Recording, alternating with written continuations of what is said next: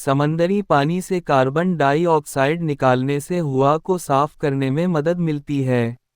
England کے جنوبی ساحل پر سائنسدانوں کو محفوظ نامی پائلٹ پراجیکٹ کے ساتھ موسمیاتی تبدیلیوں کا مقابلہ کرنا ہے، لہٰذا اس کا مقصد سمندری پانی سے کاربن ڈائی آکسائیڈ کو نکالنا ہے تاکہ سمندری پانی پھر ماحول سے زیادہ دیکھ یا منتقل ہو سکے۔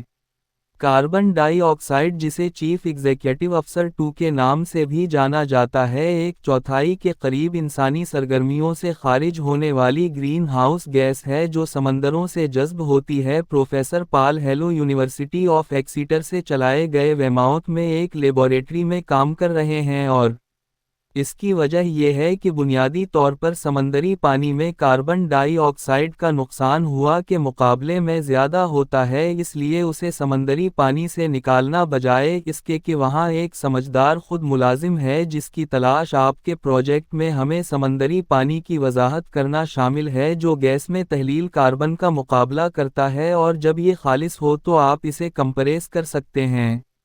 اور بالآخر ٹیم میں ذخیرہ کیا جا سکتا ہے۔ کہتی ہے کہ پانی کو واپس کرنے سے پہلے الکلائن مادوں کا استعمال کرتے ہوئے متوازن کیا جاتا ہے، اور دیکھیں کہ پانی پلانز اور الاؤنسز میں آتے ہیں اور دیکھتے ہیں کہ شہر کو اس پانی سے نکال کر سٹینلیس سٹیل کے ان کالموں تک لے جایا جاتا ہے جن میں ناریل کی چھوٹی چھوٹی بھوسی ہوتی ہے۔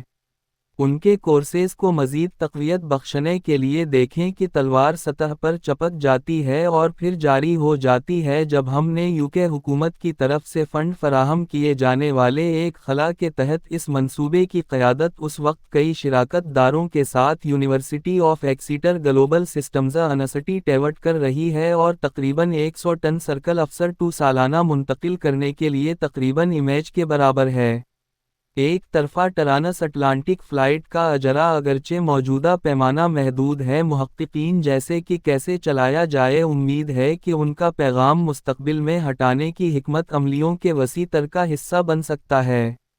انگلینڈ کے جنوبی ساحل پر سائنسدانوں کو امید ہے کہ وہ سمندری پانی سے کو نکالنے کے لیے سمندر کی قدرتی طاقت کو بروئے کار لا کر موسمیاتی تبدیلیوں سے نمٹنے میں مدد کریں گے، جو کہ فضا سے جذب ہوتا ہے۔